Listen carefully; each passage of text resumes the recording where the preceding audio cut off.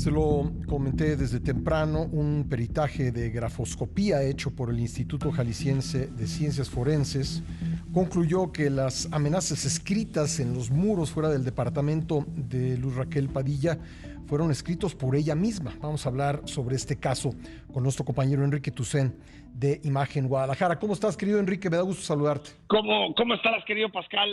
Muy buenos días. Sí, ya lo decías, ayer la Fiscalía General del Estado dio más información sobre este caso. Recordemos que hace 40 días, se cumplen 40 días de aquel trágico suceso que de alguna manera ya se debate entre si fue lo que en un principio tú y yo conversamos, es decir, si fue un ataque contra ella, si fue quemada viva, o si en realidad ella misma se suicidó. Desde aquel día la Fiscalía General del Estado ha ido haciendo públicas ciertas informaciones que lo hemos ido comentando en tu espacio. De entrada, primero la captura, recordarás, el 8 de mayo, de Sergio Ismael N., Sí. su vecino. Él entró en prisión, se le declaró 3 meses de prisión preventiva.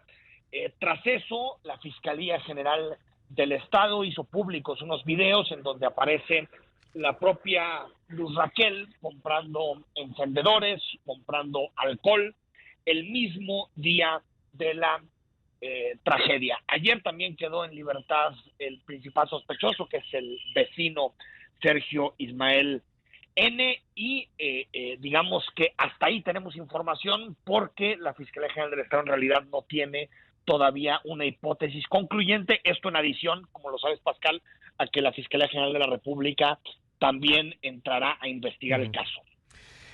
Ha sido criticada la Fiscalía de Jalisco por ir dando pues ciertos indicios que va Sí, recogiendo sin una conclusión o sin un relato completo de este caso que es, como sea, es trágico. sí, a ver, yo ayer ya lo comentabas, se dieron los peritajes de grafología, en donde lo que señala la Fiscalía del Estado es que no coincide la letra con la cual se hicieron las pintas en los departamentos Ujú. de Luz Raquel, no coincide con la letra de Sergio Ismael N., y sí coincide con la letra de Luz Raquel. Ahora, esto es suficiente evidencia como para pensar que ella se inmoló, se suicidó aquel día hace 40 días. Todavía no es suficiente Ujú. evidencia. La Fiscalía del Estado ha estado como dando información a cuentagotas y a través de videos en redes sociales en donde los reporteros, en donde los periodistas no podemos hacer preguntas, básicamente Ujú. para saber cosas tan sencillas que seguramente los grafólogos conocen, pero nosotros no, como por ejemplo si es lo mismo escribir en una hoja que escribir con un aerosol en una pared, es Ujú. decir, cosas que tal vez para un grafólogo es algo sencillo, pero que realmente no tenemos nosotros el conocimiento necesario como para saber si es atinado el análisis que está haciendo el Instituto de Ciencias Forenses de Jalisco. Eso sí, creo que la comunicación no ha sido la adecuada de parte de la Fiscalía General del Estado, y por lo tanto ya nos debatimos entre estas dos hipótesis, pero todavía como tal del día de los hechos, si fue asesinada, si fue quemada Luz Raquel, si fue un feminicidio, si fue un suicidio, en realidad esa información, esos datos, todavía la Fiscalía no los ha podido comprobar. Pues esto habla, es un caso paradigmático de una justicia disfuncional, porque Sí, pues en otras partes del mundo, yo supongo, y creo que hay evidencia de ello, pues a lo mejor ya tendríamos pues un relato convincente de qué fue lo que le pasó a esta mujer. sí, y a esto hay que añadirle todas las penurias por las que tuvo que pasar previamente, antes de que sucediera esto. Sí. Denuncias en la Fiscalía que fueron archivadas, ir al municipio de Zapopan por un pulso de vida y que se le negó el pulso de vida. Es decir, más allá de la falla institucional actual, en que todavía Ujú. 40 días después no tenemos un relato, una narrativa, una investigación sólida sobre lo que sucedió aquel día, Ujú. lo previo también es muy preocupante, y como suele suceder, nos escandalizamos los días de los hechos, pero después las autoridades realmente no cambian sus métodos, sus procedimientos, y por lo tanto algo como lo que sucedió a Luz Raquel, veremos al final qué fue, pues puede volver a suceder en cualquier momento, lamentablemente. Ahora, no llegaron al punto de decir que el que probablemente ella escribió o hizo estas pintas, estos grafitis en las paredes del edificio, las paredes internas del edificio, significan que ella estaba un poco preparando el escenario para que después se culpara de su muerte a su vecino. ¿No llegaron a decirlo con esas palabras?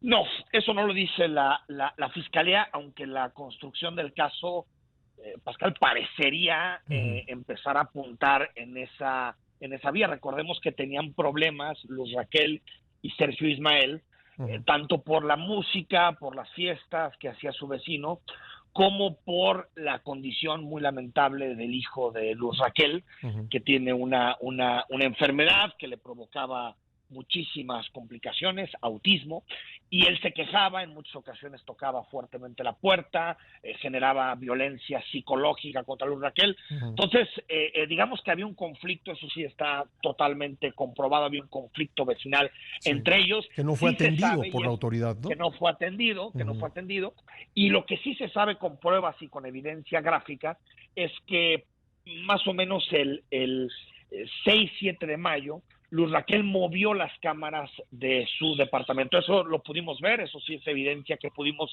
alcanzar a comprobar. Movió las cámaras para que no enfocaran directamente a la pared que después habría sido rayada. Si eso fue indicio de que ella buscaba generar estas amenazas falsas para después culpar a su vecino, no lo sé. A mí me sigue pareciendo muy difícil, Pascal, que una persona, por más conflicto que tenga con alguien, piense que la solución a eso es inmolarse, es quemarse viva. Eso sigue siendo para mí una hipótesis muy complicada, que bueno, la autoridad tendrá que mostrar evidencia para sostener esto, ¿no? Sobre todo con un hijo que requería de su atención completa, ¿no?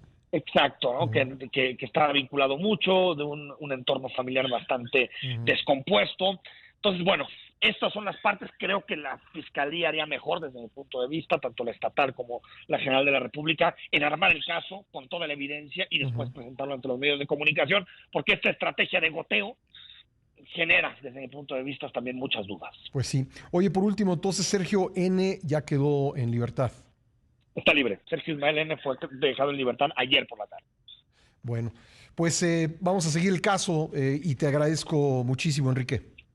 El agradecido soy yo. Hasta gracias. Un gran abrazo, Enrique Tucen de Imagen Guadalajara.